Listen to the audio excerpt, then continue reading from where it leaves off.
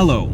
This project was intentionally procrastinated because you go from point A to point B and it takes a little, time to get there. But what we usually want is the path of least resistance. We don't want to do too much work and go along, right? We want this, right? With AI coming in, it's a lot easier. The pathway to find point A to point B is a lot faster. I can see what AI can do now to get, of course I'm going to help, but AI is going to help me get my point across, right? So here we go.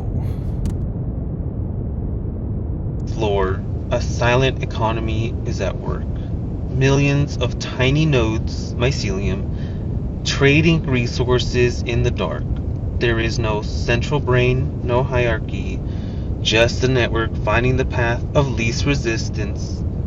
Philosopher Deleuze and Guattari called this structure a rhizome. Today we have built a synthetic version, but we call it an algorithm. We are living through the great offloading, and there's a reason we do this. Human memory is fundamentally flawed. We are terrible at recollection. Willingly offload our thoughts, memories, and navigation to the machine.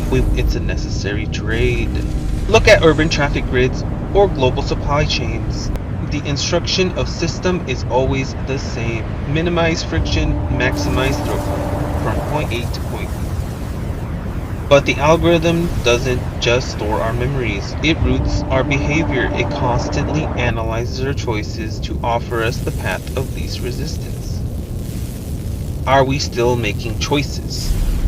Are we not just predictable nodes in a network if we just picked out path of least resistance?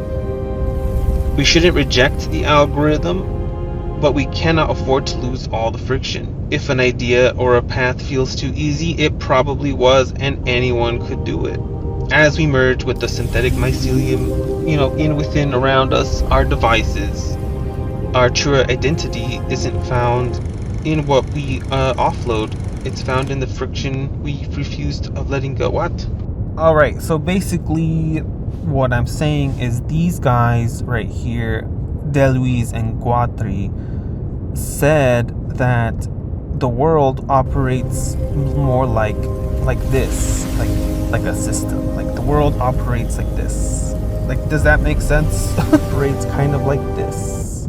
This here is all around us, and yes, it is, and it's seemingly so, right? A bunch of point A's to point B's. And I want to say that this little symbol idea can go in different dimensions as well. Like it could go up and down, left and right, not just up, like this. You can think of this as rivers flowing. You could think of this as traffic, right? Traffic.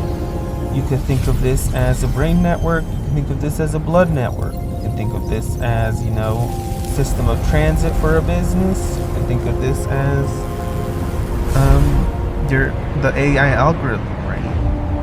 You can think of this in so many ways, and possibly probably more, but I digress. Like, I'm assuming ants would also do this, and then they would pick one that's the best to get the path of least resistance. This rhizome is the way we find the path of least resistance. So if anything is shaped like this, it's because it's looking for that path of least resistance. It's trying to connect from point A to point B using the least amount of energy and friction. But as I'm saying here, right, friction is the only human element.